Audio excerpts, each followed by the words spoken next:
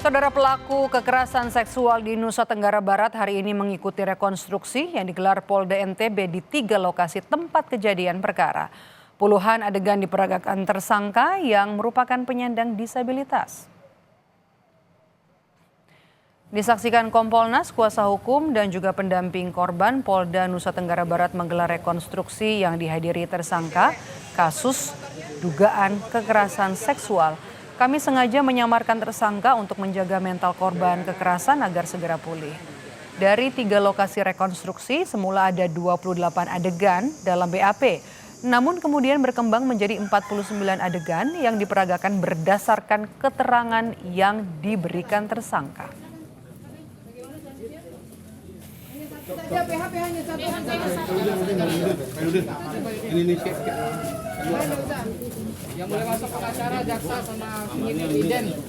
Dari 3 lokasi yang kita lakukan di dalam BAP, sebenarnya ada 28 adegan yang tertuang dalam BAP yang kita skenario-kan. Tetapi saat ini berkembang di lapangan itu ada 49 adegan.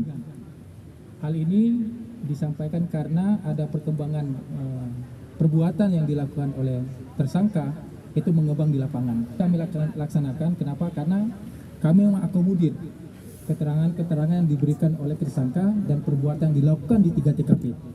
Ini adalah hak dari tersangka, kami akan mengakomodir itu.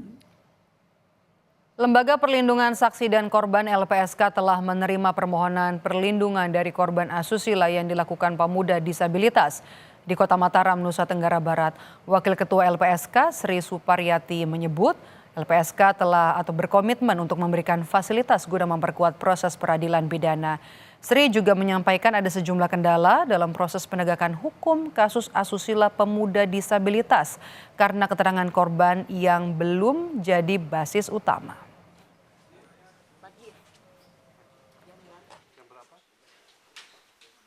Ada 4 orang korban yang mengajukan permohonan, kemudian 2 orang pendamping karena mendapatkan tekanan psikologis ya, seolah-olah kejadian itu tidak terjadi.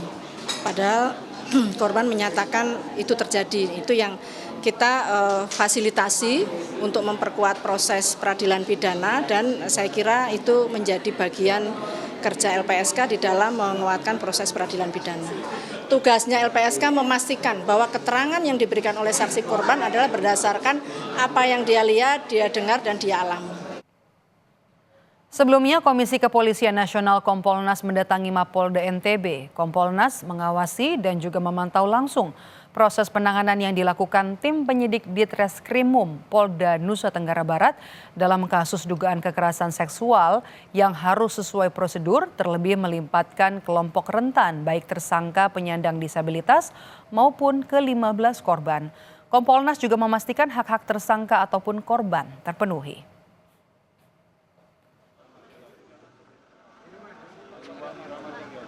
Dan saya bersama tim dari Kompolnas adalah memastikan bahwa apa yang dilakukan penyidik ini dalam menangani perkara tadi sudah sesuai dengan prosedur yang diamanatkan di dalam KUHP maupun Undang-Undang TPKS, bahwa penyidik sudah proper atau tidak. Jadi tidak hanya menangani tersangka, tetapi juga menangani korbannya. Ini dua-duanya adalah kelompok rentan. Jadi penyidik harus memahami bagaimana menangani seseorang sebagai tersangka yang kelompok rentan maupun korban perempuan kelompok rentan.